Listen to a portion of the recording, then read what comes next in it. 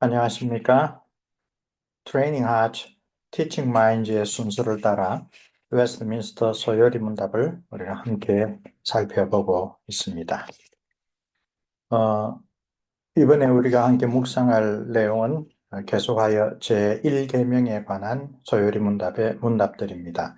제1계명을 잘 소개하기 위하여 소요리 문답은 4개의 문답을 할애하고 있습니다. 45문답은 제1계명의 내용을 그대로 소개합니다. 그리고 46문답은 제1계명이 우리에게 하라고 명하는 바가 무엇인가 긍정적인 측면에서 명령을 먼저 해설합니다. 그리고 이번에 우리가 묵상한 47문답은 제1계명이 하지 말라고 금하는 바, 금령을 해설합니다. 그리고 1계명에는 특별히 주목하여 묵상할 것으로 나 외에는 다른 신들을 두지 말라. 내 앞에서 나 외에는 이런 말이 특별히 덧붙여진 까닭이 무엇인가 그것을 48문답에서 묵상하게 됩니다. 자, 우리는 47문답을 오늘 함께 살펴봅니다. 47문답의 이 문답은 첫 번째 계명이 금지하는 바는 무엇입니까? 이고 답을 가만히 살펴보면 세 가지로 요약하여 대답합니다. 첫째, 하나님을 부인하지 말 것. 둘째, 참되신 우리의 하나님에게 경배와 예배를 드리지 않는 것을 금합니다. 마땅히 드려야 되는데 드리지 않는 것. 셋째로 오직 하나님께만 드려야 할 경배와 영광을 다른 대상으로 돌리는 것. 흔히 일반적으로 우리가 잘 아는 우상숭배입니다. 어떤 형상을 만들고라고 하는 구체적인 형태에 대해서는 제2계명에서 예배의 방법과 관련하여 다시 소개합니다. 제1계명에서 금하는 것은 하나님만을 섬겨야 하는데 하나님 대신 혹은 하나님과 함께 다른 신들을 섬기는 것을 금하고 있다는 것입니다. 우리가 십계명 서론을 통하여 살펴보았던 대로 웨스트민스터 대요리 문답은 십계명의 정신을 올바르게 그리고 풍성하게 이해하기 위하여 여러 가지 십계명의 해석 원칙들을 소개하였는데 그 원칙 가운데 아주 기본적인 것이 여기에 바로 적용됩니다. 계명 자체가 금지의 형식으로 되어 있으면 즉 무엇을 하지 말라, 살인하지 말라, 간음하지 말라, 도둑질하지 말라라고 하면 금지하는 형식에도 오히려 거꾸로 하라라고 하는 것이 들어간다고 했죠. 살인하지 말라라고 하는 계명이 오히려 반대로 적극적으로 하라 하는 것은 내 이웃의 생명과 재산과 그에 속한 것들을 적극적으로 지키고 보호하고 돌보아줘야 한다. 그래서 6계명을 제일 잘 지킨 그 사례가 선한 사마리아인이라고 이야기를 했었습니다. 마찬가지로 무엇을 하라, 안식일을 기억하여 거룩히 지키라 라고 하는 명령의 형식으로 주어진 계명에도 당연히 거룩하게 지키지 않는 것들, 안식일을 거룩하게 하나님 앞에 온전히 지키지 못하게 하는 것들은 하지 말라라는 금지의 내용이 포함되어 있습니다. 이런 기본적인 해석 원리에 따라서 내 앞에서 다른 신들을 내게 두지 말라라는 첫째 계명은 우리가 지난번에 살펴본 46답에서는 적극적으로 무엇을 하라고 하는지도 포함하고 있고 또 이번에 47문답에서는 이 계명이 금하는 바를 구체적으로 설명합니다. 첫째가 하나님을 부인하는 것입니다. 대표적으로 무신론이죠. 하나님은 없다라고 부정하는 관점입니다. 이런 무신론이 오늘날 이 현대 사회에는 대단히 편만한 그러한 세계관입니다. 고대 세계에서는 어떤 형태든 기독교가 아니라 다른 종교이든 무신론은 상당히 사람들에게 비난받고 배척을 받았습니다. 무신론자라고 하는 것은 일반적으로 이 인간 사회에 옳지 않은 사상이라고 여김을 받았습니다. 심지어 유일하신 하나님만 섬긴다라고 주장했던 그리스도인들이 로마 사람들에게는 그들이 섬기는 많은 신들을 인정하지 않는다는 이유로 기독교인을 무신론자라고 불렀을 정도입니다. 그런데 오늘날에 와서 자연과학이 발전하고 수학적으로 이해될 수 있는 물질적인 세계만이 참된 것이다. 이 세상은 빅뱅에 의하여서 시작된 우주가 끝없이 퍼져나가는 과정이고 거기에 존재하는 모든 것은 물질이다, 우주다.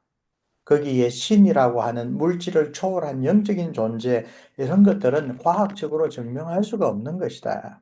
증명할 수 없는 것을 믿는 것은 어리석은 짓이다. 이러한 유물론적인 사고방식이 널리 퍼지다 보니 오늘날 하나님은 없다라고 주장하는 무신론도 그와 함께 많은 사람들의 생각을 사로잡고 있습니다. 그러나 오늘 시편 14편에서 이야기를 하듯이 성경은 하나님이 지으신 모든 천하 만물을 보면 그 속에 하나님의 영광과 능력과 권위가 나타나는데 그것을 보고도 이것은 물질일 뿐이야 라고 이야기하는 사람을 어리석다라고 이야기를 합니다. 어리석은 자는 그 마음에 말하기를 하나님은 없다라고 말한다. 우리 옆에 10편 14편 1절이 나오죠. 그런데 그들은 마음이 부패한 사람들입니다. 그래서 하나님이 계신 것을 아는 자들은 감히 하지 못하는 아주 참남한 아주 abominable이라고 하겠죠. 정말로 욕된 일들을 행하고 있다. 즉 하나님의 존재를 인정하지 않는 자들은 그 하나님의 거룩하심을 당연히 생각하지 않기 때문에 타락한 삶을 살아갈 수밖에 없다라고 분명하게 꾸짖고 있습니다. 자, 무신론이라는 사상을 가지고 있는 것을 제1계명은 금합니다. 그런데 실제로 교회를 다니면서 하나님이 있다라고 인정하면서도 사실상 그 하나님을 개의치 않고 살아가는 것도 역시 하나님을 부인하는 일입니다. 하나님을 믿노라고 고백하면서도 그의 삶에서 하나님에 대한 합당한 실천이 없을 때 그것은 사실상 하나님을 부인하고 하나님을 거부하는 것이죠. 주일 예배에 참석한다는 것 외에 나머지 엿새 동안의 삶에서 하나님의 말씀을 묵상하고 하나님의 뜻을 찾기를 바라고 그 뜻을 이루기 위하여 도와달라고 하나님 앞에 간절히 기도하는 그런 경건한 실천이 없다면 그래서 사실상 믿지 아니하는 사람들과 그 삶의 모습이 그 추구하는 바가 그 행복에 대한 관점이 사실상 별로 다를 바가 없으면 그것은 하나님을 부인하는 삶이다 라고 이야기를 합니다. 이처럼 입으로는 하나님을 고백하지만 주일날에 교회 예배는 참석하지만 그러나 그 일상생활에서는 하나님이 나의 주인이시다. 나는 하나님의 뜻을 따라 살아가야 된다라는 그러한 경건한 삶이 없다면 그것을 우리는 실천적인 무신론이라고 합니다. 그 사람은 겉으로는 하나님을 믿노라 하고 종교적인 행위에 어느 정도 참여하지만 그러나 하나님이 창조주이며 나의 구세주이며 내 삶의 주인이다 라는 것을 받아들이지 않기 때문에 그것은 사실상 무신론과 다를 바가 없다라고 합니다. 선지자 이사야는 구약의 이스라엘 백성들에게 바로 그러한 의미로 꾸짖습니다. 그들은 입술로는 하나님을 공경하지만 마음은 하나님에게서 떠난 자들이다. 하나님의 말씀이 아니라 사람의 계명으로 하나님을 섬기려는 헛된 짓이라고 꾸짖습니다. 그렇게 교회만 다니면 예전에 중세 말 종교개혁 시절에 타락했던 로마 가톨릭 교회가 가르치듯이 그가 정말로 예수 그리스도를 주와 구세주로 믿고 성령의 인도하심을 받아 올바른 신앙을 고백하고 올바른 삶으로 그 열매를 맺느냐 여부가 상관없이 교회에 속하면 구원받는다라고 그런 헛된 인간의 계명으로 그 참된 경건을 가리우는 스스로 속이는 자들이라고 하는 겁니다. 제1계명이 금하는 것은 둘째로 예배를 패하는 것, 곧 하나님께 합당히 드려야 할 경배와 영광을 돌리지 않는 것, 그것을 두 번째로 책망하고 그래서는 안 된다라고 금지합니다. 히브리서 10장 25절에 모이기를 패하는 어떤 사람들의 습관과 같이 하지 말고 오직 권하여 그날이 우리 주님을 배울 그날이 가까움을 볼수록 더욱 열심히 모이자. 모여서 무엇을 합니까? 초대교회에서 모이는 것은 바로 하나님께 합당한 경배와 영광을 돌리기 위한 예배의 모임입니다. 역대상에서 여호와는 위대하시니 극진히 찬양할 것이요 모든 신보다 경외할 것이며 라고 하는 예배 시에 울려 퍼진 기도이자 찬송 구절이 나타납니다. 이 예배는 아주 특별한 계기에 이스라엘의 모든 백성이 모였던 그러한 예배였습니다. 법궤를 다윗성으로 성공적으로 옮긴 다음에 두 차례 시도해서 처음에는 제2계명을 지키지 못해서 하나님이 거부하셨죠. 두 번째 하나님의 법도대로 옮긴 다음에 이스라엘 백성은 하나님 앞에 모두 모여 창조주이시며 구속주이신 야훼 하나님을 온 세상에서 유일하게 참된 하나님이라고 인정하면서 경배와 영광을 돌렸습니다. 바로 이런 예배가 이스라엘이 하나님의 거룩한 백성으로 부름받은 중요한 목적이자 소명 가운데 하나였습니다. 일찍이 시내산에서 주신 제1계명에서 바로 그런 합당한 경배와 영광을 하나님께 올바르게 돌리지 않는 것을 죄라고 가르쳤습니다. 하나님이 어떤 분이신지 알면 마땅히 그분에게 돌려야 할 영광과 경배를 드리지 않을 수가 없기 때문입니다. 그래서 바로 그 대상 16장 29절에 가면 여호와의 이름에 합당한 영광을 그에게 돌릴지어다 라고 또한 권면하고 있습니다. 나아가 심지어 무신론자라고 하더라도 하나님의 형상으로 지음받은 모든 인간은 그 마음속에 하나님을 향한 신앙의 씨앗이 있다라고 이야기를 합니다.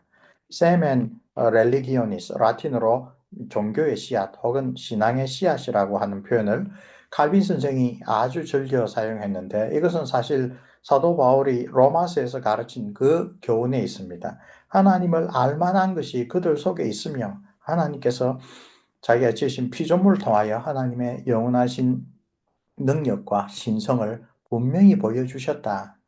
그런데 그 피조물을 통하여 하나님이 계시며 하나님이 어떤 분이신지를 알려주시는 것을 보고 회개하고 돌아오지는 못합니다. 그것은 오직 성령께서 그 마음에 죽어있는 영혼을 일깨워 주셔야 됩니다. 그럼에도 불구하고 사도 바울이 로마서에서 이 종교의 씨앗, 하나님을 알만한 것을 하나님의 창조를 통하여 알려주셨다고 이야기하는 것은 핑계하지 못한다라는 것을 분명히 가르쳐 주기 위한 것입니다. 그 어떤 사람이라도 나는 하나님을 한 번도 들어본 적이 없다. 나는 복음을 알지 못한다. 나는 하나님이란 존재가 누구신지 제대로 배워본 적이 없다라고 그래서 나는 하나님께 영광을 돌리거나 경배를 돌리는 사람의 본분을 하지 못했다고 변명하거나 핑계할 수 없다는 것입니다. 하나님은 유일하신 참된 하나님입니다. 우리가 이 마틴 루터 선생의 소요리 문답에서 십계명을 해설하면서 그런 재미난 그리고 아주 의미 깊은 문답을 발견합니다. 아들이 아버지에게 와서 묻습니다. 아빠, 하나님은 어떤 분이세요? 거기에 대하여 아빠는, 즉 마틴 루터 선생은 단도직입적으로 가르칩니다. 하나님은 천지를 창조하신 분이란다. 이 하나님 말고는 온 세상을 창조한 다른 신은 전혀 없단다. 하나님이 하나님 대신 그래서 우리가 마땅히 그분에게 영광을 돌리고 경배해야 될 가장 중요하고 가장 첫 번째 되는 것은 하나님이 이 세상을 창조하신 분이라. 우리를 창조하신 분이라. 그래서 그분의 피조물인 우리는 마땅히 하나님께 합당한 경배와 찬양을 드려야 된다. 그것을 십계명 가운데 첫 번째 계명에서 아주 분명하게 깨우쳐 준다는 것입니다. 자, 우리 지난주에 소개했던 청교도 토마스 빈센트가 소요리 문답을 성경의 증거 구절을 따라 해설한 것을 여기 1계명에서 금하는 바에 대해서도 살펴봅니다. 세 가지 내용을 잘 정리했습니다. 첫째는 무신론을 금지한다. 두 번째는 신성모독을 금지한다. 세 번째는 우상숭배를 금지한다. 그래서 무신론에 대하여 설명합니다. 무신론은 하나님을 부인하거나 인정하지 않는 것. 그리고 시편 14편 1편과 더불어 에베소서 2장 12절에 그때 너희는 즉 구원받기 전에 성령으로 말미암아 거듭나기 전에 그리스도 밖에 있었고 이스라엘 나라 밖의 사람이라 세상에서 소망도 없고 하나님도 없는 자였다. 무신론의 현실을 지적하는 사도 바울의 이야기를 소개합니다. 신성모독이라고 두 번째로 금하고 있는 것은 참되신 하나님을 우리 하나님으로 경배하지 않고 영화롭게 하지 않는 것. 아까 이야기를 했죠. 1계명에서 금하는 것은 하나님은 마땅히 우리의 하나님으로서 참되신 하나님으로서 창조주자 구속주의자 성화주로서 우리의 합당한 경배와 영광을 받으셔야 되는데 우리가 그렇게 하지 않는 것. 그것을 잘못되었다라고 가르친다는 것입니다. 이 신성모독은 하나님께 드리는 예배와 영광에 비추어 볼 때 어디서 신성모독이라는 잘못된 모습이 나타납니까? 첫째, 사람이 하나님을 알지 않거나 하나님을 곡해할 때. 둘째, 사람이 하나님을 잊어버릴 때. 셋째, 사람이 하나님을 미워하거나 하나님보다 자기 자신과 다른 어떤 것을 더 사랑할 때. 이렇게 세 가지 이야기를 들고 각각의 증거 구절을 듭니다. 한 가지 더 있습니다. 사람이 마땅히 하나님께 돌아가야 할 경배와 영광을 자기의 마음으로든 겉으로든 돌리지 않거나 무시해 버릴 때. 그렇죠? 이것이 모두 다 이 신성 모독에 해당합니다. 세 번째로 제1계명에서 금하는 것이 우상숭배라 그랬죠. 하나님에게만 돌아가야 될 경배를 다른 어떤 대상에 바치는 것. 그렇죠? 그리고 이 제1계명에서 금하고 있는 우상숭배의 죄를 사람들은 보통 이교의 신들, 천사들 또는 성인들을 섬길 때 하나님 이외 다른 신들을 모시거나 경배함으로써 그리고 하나님이 받으셔야 될 존귀와 영광을 다른 것에 돌림으로써 내가 성공한 것은 나의 지혜 때문이야. 나의 노력 때문이야. 혹은 나를 도와준 어떤 힘 있는 영향력 있는 사람들 때문이야. 다 그런데 적당하게 인정이 돼야 되겠지만 그러나 그 모든 일을 주관하시는 하나님을 인정하지 않는 것. 그것은 우상숭배의 죄의 형태이다라고 이야기를 합니다. 자, 제1계명을 잘 지키려면 첫째, 이념적이든 현실적이든 무신론을 배격해야 합니다. 둘째, 유일하신 참 하나님을 나의 하나님으로 모시고 그분에게 합당한 경배와 영광을 돌려야 합니다. 그러므로 그리스도인으로서 내가 과연 제1계명을 잘 지키고 있는지 살펴보기 위하여 나는 혹시나 실천적 무신론자는 아닌가? 그리고 나의 은행심사에서 하나님께 합당한 경배와 영광을 돌리지 못하게 방해하는 것들은 무엇인가를 돌아볼 필요가 있습니다. 여호수아 24장에 보면 이 말년에 여호수아가 모든 이스라엘의 장로들을 자기가 거하는 세겜으로 불러서 하나님과의 언약을 갱신합니다. 세겜 언약이라고 보통 학자들이 부르는 일입니다. 그때 그들에게 나와 내 집은 영원히 야훼 하나님을 섬기겠다. 너희들은 어떻게 할 것이냐? 라고 질문하자 그 장로들과 백성들이 우리도 계속 여호와 하나님 섬기겠다. 그러자 놀라운 이야기를 합니다. 이제 너희 중에 있는 이방신들을 치워버리고 여호수아와 함께 가나안을 정복했던 이 용사들이 세겜 언약을 맺을 때에 다시 여호수아로부터 1계명에 관한 교훈을 새로 듣습니다. 너희들 지금 너희 중에 있는 이방신들을 치워라. 너희의 마음을 이스라엘의 하나님 여호와께로 향하라. 그 이야기를 합니다. 그러한 훈계에 대하여 그 세계명 모인 백성들은 우리 하나님 여호와를 우리가 섬기고 그의 목소리를 우리가 청종하겠나이다. 오늘 우리가 묵상한 바로 보면 1계명을 우리가 바르게 지키겠습니다. 우상을 버리고 우리 하나님의 목소리만 듣고 그 목소리에 따라 하나님만 섬기겠습니다.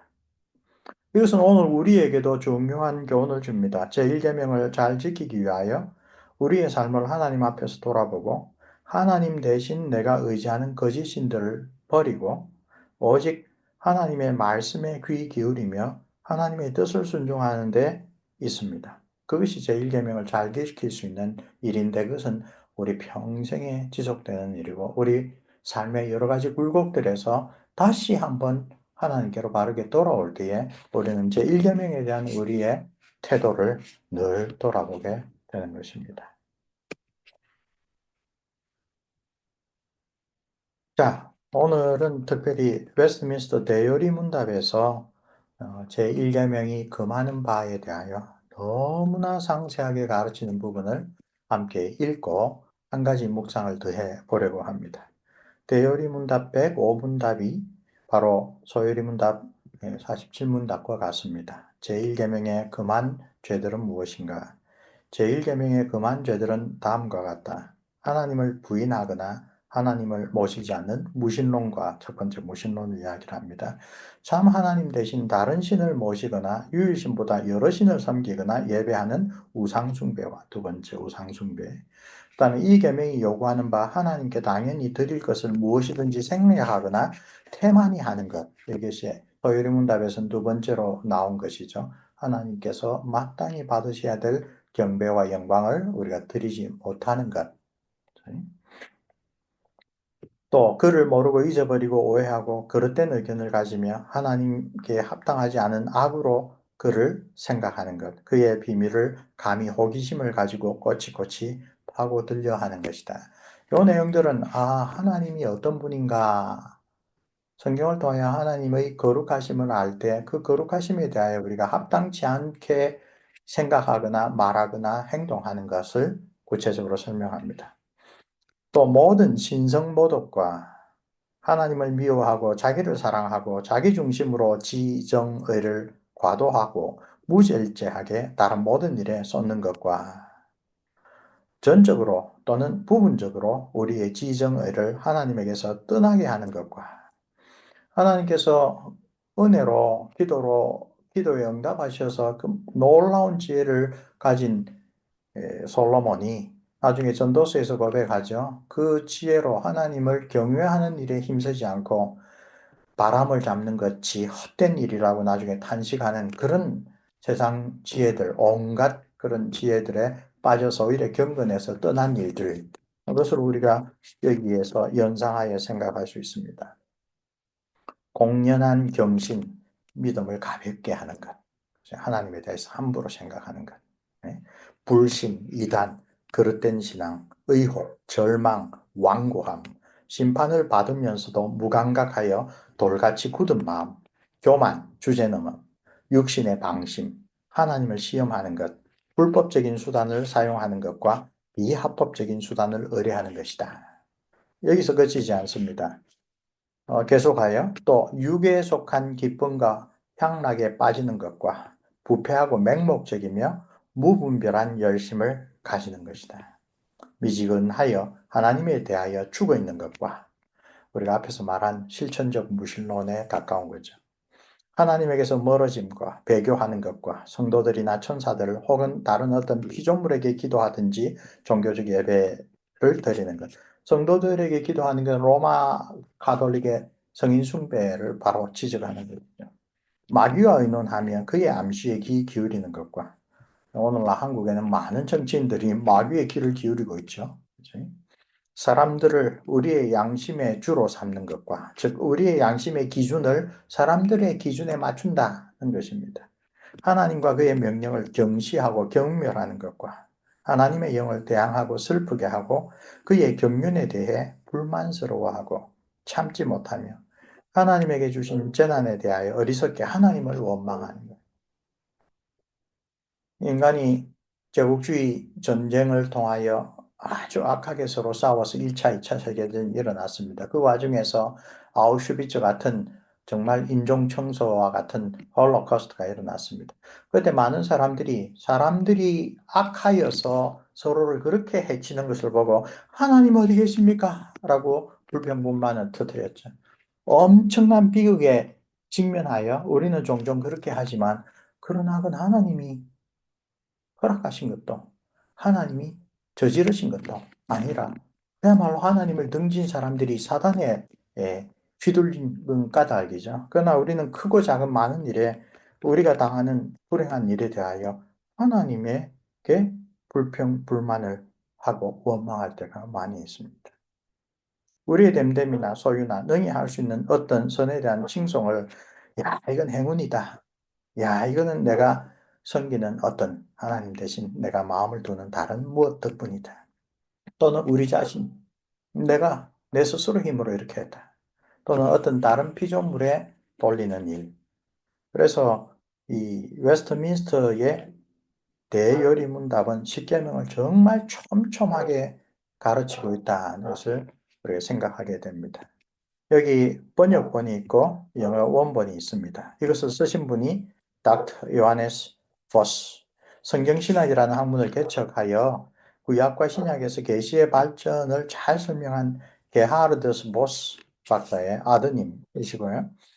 제네바 칼리지스 바이블 디파트먼트에서 19년간 사역하시고 많은 책들과 아티클을 쓴 가운데 그 당시 미국의 기독교 신문에 연재하여 쓴 책을 편집하여서 웨스트민스터 대요리문답 강해라는 아주 귀한 책을 내셨습니다.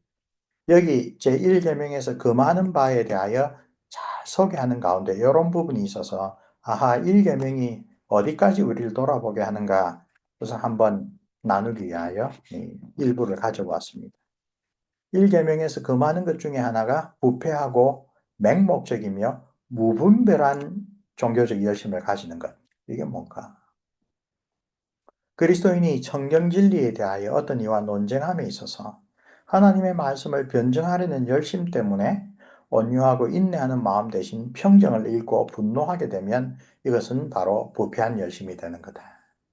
성경 말씀은 너희에게 있는 소망의 이유를 묻는 자에게 늘 이야기할 대답을 할 준비를 하되 온유와 겸손함으로 해라 라고 이야기를 하죠. 두 번째로 맹목적인 열심이란 참된 지식에 기초하지 않은 열심이다. 회심하기 이전에 바울은 그리스도인들을 핍박했는데 후일 사도 바울은 예수 그리스도를 다메섹 도상에서 만난 다음에 예전에 자기가 예수 그리스도를 믿는 자들을 핍박했던 것이 정말로 맹목적인 열심을 발휘한 것이다 라는 것을 깨달았죠. 바울 시대 유대인들은 하나님을 향한 열심이 있었지만 참된 지식에 기초한 열심이 아니었습니다. 요한복음에서 예수님이 성만찬을 제정하시고 제자들과 대화하는 가운데 미리 경고하셨죠. 때가 되면 사람들이 유대인들이 너희를 잡아 옥에 가두고 심지어 죽이기까지 할 텐데 그 까닭은 그들이 하나님이 누구신지를 모르고 또 하나님이 보내신 자 예수 그리스도가 누구신지 모르기 때문에 마치 그리스도인들을 잡아 옥에 가두고 죽이는 일을 하나님을 잘 섬기는 그러한 열심이라고 이야기하거든. 이게 하나님을 섬기는 도리라고 생각해서 그렇게 하거든. 예수님께서 그런 예언을 하셨는데 사울이 정말로 하나님을 향한 열심 때문에 스데반이 죽는데 적극적으로 동참하고 또 다메섹까지 가서 그리스도인을 박해하려고 했던 것입니다. 이것은 올바른 지식에 기초한 열심이 아니었고 맹목적인 열심이었다. 또한 죄악된 열심 가운데 하나가 무분별한 열심입니다. 이는 그 자체로 참되고 옳은 무언가를 향한 열심인데 그 자체로는 옳은데 거기에 지혜와 상식이 부족한 열심입니다. 이 지혜와 상식이 부족한 가운데 예수 그리스도를 아주 높이기 위하여 요하네스 보스 박사가 든 일화가 있습니다.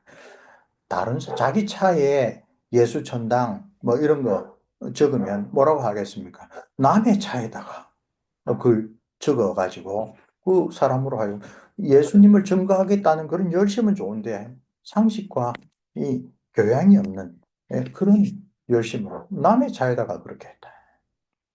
사람들이 그리스도인이라고 할지라도 공적인 영역에 있어서는 자기의 하나님에 대한 열심이 사람들에게 하나님을 어떻게 보이게 할까를 생각을 할 줄 아는 지혜가 있어야 되고 그 사회의 상식을 존중할 줄 알아야 된다라고 가르쳐 주는 것입니다.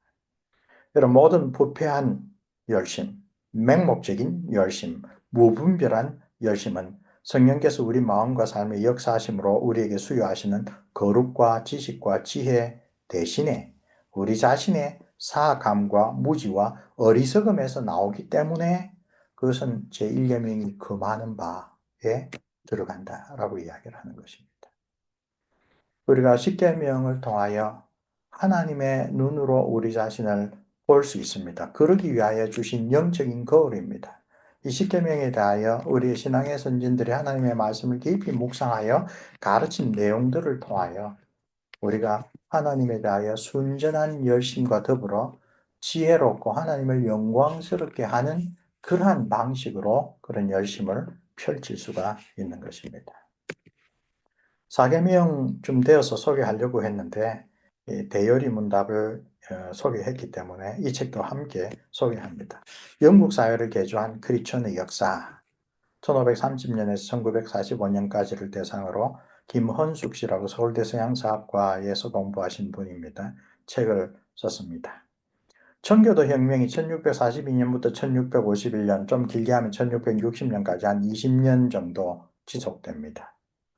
그동안에 나온 것이 웨스트민스터 신앙고백서 대소요리문답입니다. 대요리문답에서 10계명의 1계명이 금하는 바에 대하여 얼마나 자세하게 설명하고 있는지를 보게 됩니다. 처음 보면 질릴 정도입니다. 그러나 그것이 왜 그 시대에 나왔을까라고 하면 그 당대의 영국 사람들의 신앙이, 경건이 그런 구체적인 책망과 교훈과 일깨워주는 그런 가르침이 꼭 필요했다라는 점을 우리가 생각을 하게 됩니다. 이 시대 유명한 청교도 목사 리처드 백스터는 그 부친도 목사였습니다. 그 부친이 목회할 때에 영국 사람들이 주일 성수라는 걸 거의 알지 못했습니다. 오히려 국가의 왕이 내린 법에 따라 주일 오전 예배만 드리고 오후에는 다 나가 놀았습니다. 그것이 스포츠 액트입니다. 주일날에 온갖 가게들, 온갖 술집들 다 열었습니다. 그러나 청교도 혁명 이 20년 동안에 대요리 문답과 같은 이런 이 청교도적인 이 신앙 문서에서 십계명을 어떻게 가르치고 실천하도록 했는지 리처드 백스터 목사가 목회할 때는 주일날에 거의 모든 잉글랜드의 그리스도인들이 주일 성수를 했습니다. 오전과 오후에 두 차례 예배를 드리며 모든 술집이 문을 닫고 가게가 문을 닫고 그 예배가 마치고 그 예배 사이사이에는 가족끼리 그날 주일에 말씀을 묵상하고 거룩하고 경건하게 가정을 돌아보고 성도들을 돌아보고 하는 그런 모습으로 바뀌었습니다. 그야말로 사회가 통째로 변해버렸습니다. 그런 역사적인 변화에 이런 대요리 문답의 십계명 해설이 얼마나 큰 역할을 했을까 우리가 한번 미루어짐지게 해볼 수 있습니다. 야, 이거 오늘 너무나 뭐 2페이지나 되는 이런 1계명에서 그 많은 바 해설 그게 좀 부담스럽게 다가올지 모르겠지만 그러나 그런 것을 통하여 자기 자신을 계속 돌아보는 그리스도인, 교회, 사회가 나중에 하나님이 쓰시는 그러한 자로 탈바꿈하게 된다라는 것을 알게 됩니다. 자, 다음번에 우리 제1계명에 대한 소요리 문답의 네 번째이자 마지막 문답을 함께 묵상하겠습니다. 수고들 하셨습니다.